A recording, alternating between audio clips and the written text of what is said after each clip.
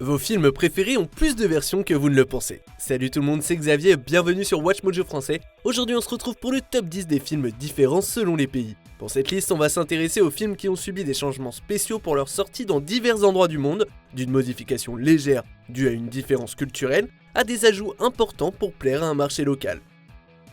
Numéro 10, l'Institut de biologie marine, le monde de Dory.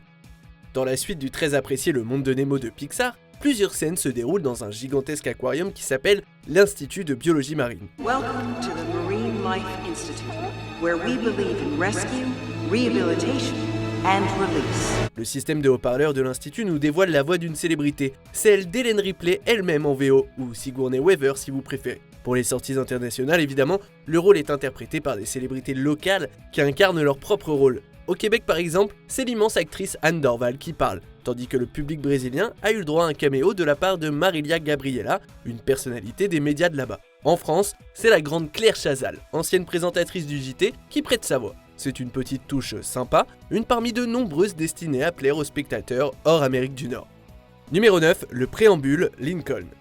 En ce qui concerne les Américains, ils sont pour la plupart bien au fait sur le pourquoi, du comment, les dates, etc. de la guerre de sécession. I can't accomplish a goddamn thing of any human meaning or worth until we cure ourselves of slavery and end this pestilential war. Alors ok, c'est très important dans l'histoire des États-Unis, mais pour le reste du monde, peut-être moins.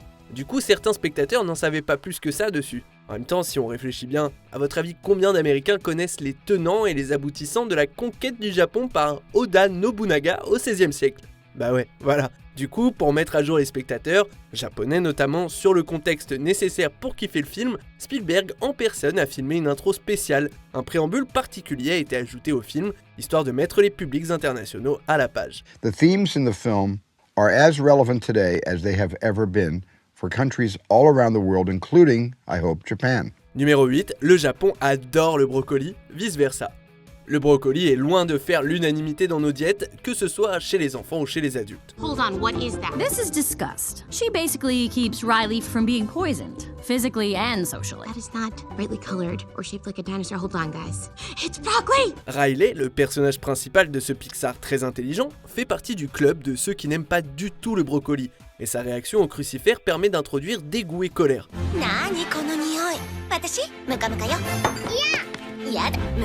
Sauf qu'au Japon, le légume que les enfants adorent détester, ce n'est pas le brocoli, mais le poivron vert. Pour rendre la scène dérangeante auprès des spectateurs japonais, l'horrible brocoli a été remplacé numériquement par du poivron vert. D'autres changements à destination du public international incluent un match de foot à la place d'un match de hockey, ou encore Bing Bong qui lit de droite à gauche. Numéro 7, trop de travail et pas de plaisir, Shining. Quand le personnage de Jack Nicholson commence à partir en vrille dans le classique d'horreur de Stanley Kubrick, le public, tout comme sa femme, se font une idée en tombant sur un script.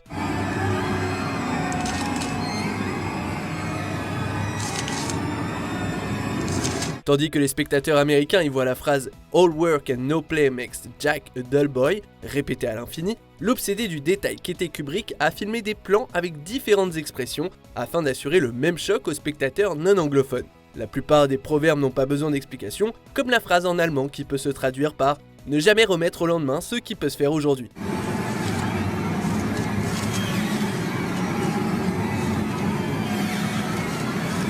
Par contre, si jamais quelqu'un est capable de m'expliquer la signification de l'adage italien « le matin a de l'or dans la bouche », surtout ne pas hésiter.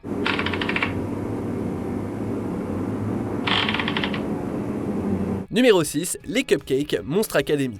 Se faire des potes à l'université peut être intimidant, que l'université en question soit remplie de gens normaux ou de monstres. Dans la suite de Monstres et compagnie de Pixar, quand Léon arrive dans sa nouvelle école, il essaye de se faire apprécier des élèves cool en préparant des cupcakes où on peut voir écrit « Be my pal », soit « Deviens mon ami ».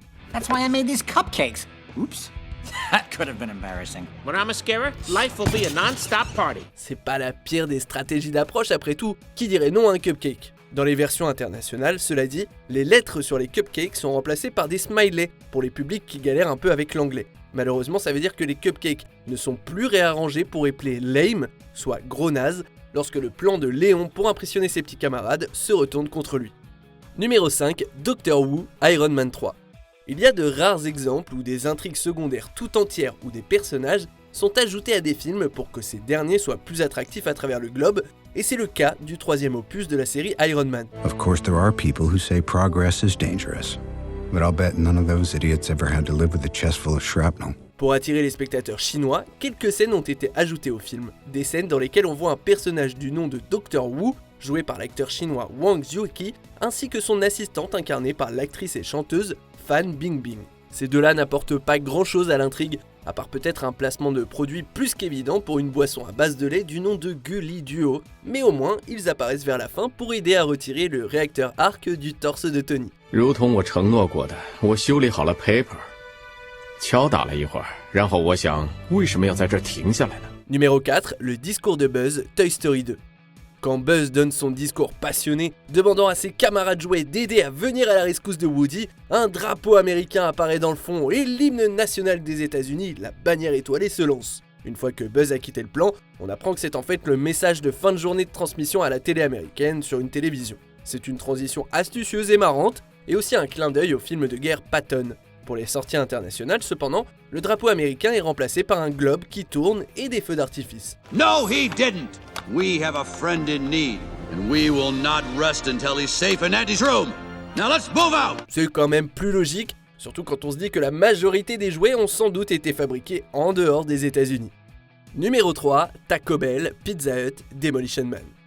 Ce classique d'action qui sent bon les années 80 nous montre John Spartan, un flic à la gâchette facile joué par Sylvester Stallone, ainsi qu'un criminel sans pitié du nom de Simon Phoenix, cryogénisé et ramené à la vie dans un futur qui a l'air utopique. I am Lieutenant Lenina Huxley.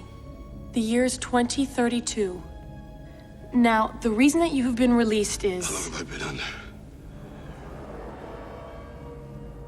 36 years. Sauf que Sly découvre que le choix de restaurant est plus que limité dans le futur. La seule chaîne toujours en activité, c'est Taco Bell. My reward is dinner and dancing at Taco Bell. Mais vu que Taco Bell a pas tant de sites en dehors des États-Unis, il a été décidé de remplacer la marque par une autre plus reconnaissable dans les versions internationales du film. Et donc, quand Spartan a droit à son super dîner dans la version internationale, il déguste un repas chez Pizza Hut. He says I saved his life, which I'm not even sure I did, and my reward is dinner and dancing at Pizza Hut? I mean, hey, I like a big fat piece of pizza, but come on!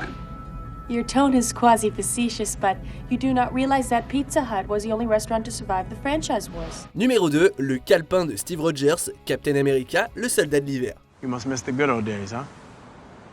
Well, things aren't so bad. Food's a lot better. We used to boil everything. No polio's good. Internet, so helpful. Been reading that a lot, trying to catch up. Forcément, pour quelqu'un qui a passé environ 70 ans coincé dans la glace, Steve Rogers a du retard sur pas mal de trucs. Et donc il a un petit calepin où il note les émissions de télé, les films, la musique et puis d'autres plaisirs modernes qu'il doit découvrir. Marvin Gaye, 1972, Trouble Man soundtrack. Everything you missed, jammed into one album. I'll put it on the list. La liste est en fait différente selon les versions montrées dans d'autres pays, une touche bienvenue de la part des réalisateurs. Aux États-Unis, Steve doit prévoir du temps pour regarder la sitcom I Love Lucy, écouter du disco, tandis qu'ailleurs, la liste inclut les Beatles, AC/DC, le 5e élément, Old Boy et de nombreuses autres œuvres ou artistes iconiques. La liste inclut par contre toujours Star Wars et Star Trek parce que quoi.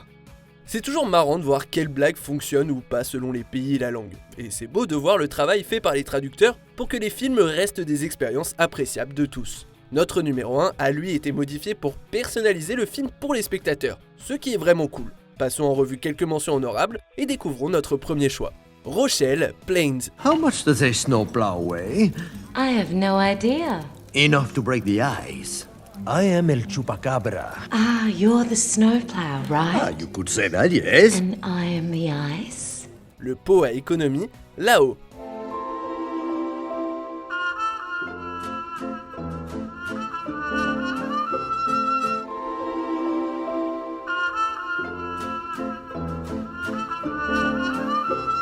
Suzette Alanis, Les Mondes de Ralph. Minty Zaki! Snow and a rainbow! Minty Sakura! Snow and a rainbow! On arrive presque à la fin. Nous publions de nouvelles vidéos chaque jour, alors avant de continuer, abonnez-vous et activez la petite cloche et les notifications sur téléphone pour ne rien rater. Numéro 1, les présentateurs du JT, Zootopie. Ce film récent et adoré de Disney aurait pu s'appeler sans problème Jeu de mots animalier, le film, vu le nombre de jeux de mots basés sur la faune qu'offre l'œuvre. You play cribbage with a weasel? Yeah, and he cheats like there's no tomorrow. Par exemple, l'un des meilleurs, c'est la transformation du nom du présentateur canadien Peter Mansbridge en Peter Moosebridge, Moose qui veut dire élan, et il prête sa voix à un élan, présentateur des infos. Her predecessor, Leodore Lionheart, denies any knowledge of her plot, claiming he was just trying to protect the city. Cependant, certaines versions internationales ont remplacé Mansbridge comme co-présentateur du JT de ZNN avec des personnalités du coin, comme le journaliste brésilien Ricardo Boechat qui prête sa voix à un jaguar du nom de Onsardo Boicha. Seu antecessor, Leonardo Léo Rey, nega seu envolvimento com o plano e alega que só quis proteger a cidade. Onsardo étant un mélange de Ricardo et Onsa, le portugais pour jaguar. D'autres versions montrent le koala David Koala Bell en Australie et en Nouvelle-Zélande, et un tanuki du nom de Michael Tanuyama au Japon, ces deux personnages étant doublés par des stars locales.